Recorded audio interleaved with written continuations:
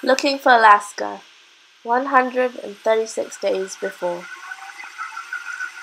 The week before I left my family and Florida and the rest of my minor life to go to boarding school in Alabama, my mother insisted on throwing me a going-away party. To say that I had low expectations would be to underestimate the matter dramatically. Although I was more or less forced to invite all my school friends, i.e., the ragtag bunch of drama people and English geeks I sat with by social necessity in the cavernous cafeteria of my public school, I knew they wouldn't come. Still, my mother persevered, awash in the delusion that I'd kept my popularity secret from her all these years. She cooked a small mountain of artichoke dip. She festooned our living room in green and yellow streamers, the colors of my new school.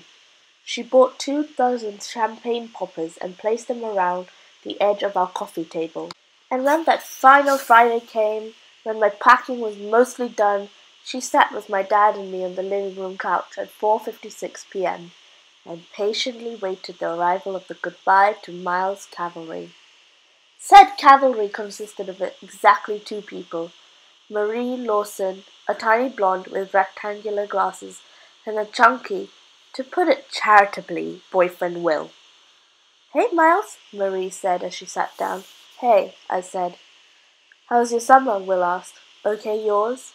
"Good, we did Jesus Christ Superstar. I helped with the sets. Marie did the lights," said Will. "That's cool," I nodded knowingly, and that about exhausted our conversational topics. I might have asked a question about Jesus Christ Superstar, except 1. I didn't know what it was, and 2. I didn't care to learn, and 3. I never really excelled at small talk.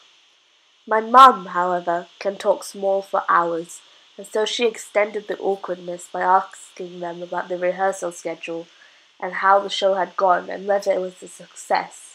"I guess it was," Marie said. "A lot of people came, I guess." Marie was the sort of person to guess a lot. Finally Will said, "Well, we just dropped by to say goodbye. I got to get Marie home by 6. Have fun at boarding school, Miles." "Thanks," I answered, relieved. The only thing worse than having a party that no one attends is having a party attended only by the 2 vastly, deeply uninteresting people. They left, and so I sat with my parents and stared at the blank TV and wanted to turn it on, but knew I shouldn't. I could feel them both looking at me, waiting for me to burst into tears or something, as if I hadn't known all along it would go precisely like this. But I had known.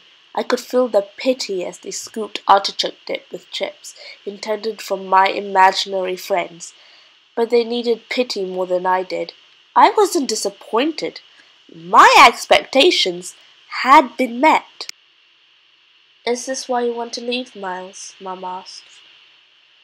I mulled it over for a moment, careful not to look at her. No," I said. "Well, why then?" she asked. This was not the first time she had posed the question.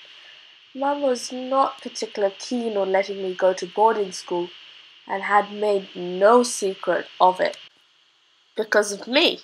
my dad asked. He had attended Culver Creek, the same boarding school to which I was headed, as had both of his brothers and all of their kids. I think he liked the idea of me following in his footsteps.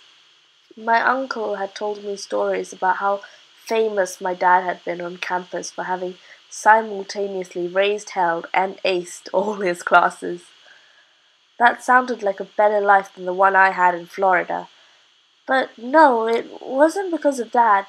Not exactly. "Hold on," I said. I went into Dad's study and found his biography of François Rabelais. I like reading biographies of writers, even if, as was the case of Monsieur Rabelais, I never read any of their actual writing. I flipped to the back and found the highlighted quote. "Never use a highlighter in my books," my dad told me 100 times. "But how else are you supposed to find what you're looking for?" "So, this guy," I said, standing at the doorway of the living room, Francois Rabelais. He was this poet, and his last words were, "I go to seek a great perhaps." That's why I'm going, so I don't have to wait until I die to start seeking a great perhaps. That quietened them. I was after a great perhaps, and they knew as well as I did that I wasn't going to find it with the likes of Will and Marie. I sat back on the couch between my mum and dad, and my dad put his arm around me, and we stayed there, like that, quiet on the couch, together, for a long time, until it seemed okay to turn on the TV. And then we ate artichoke dip for dinner and watched the History Channel, and as going parties go, it certainly could have been worse.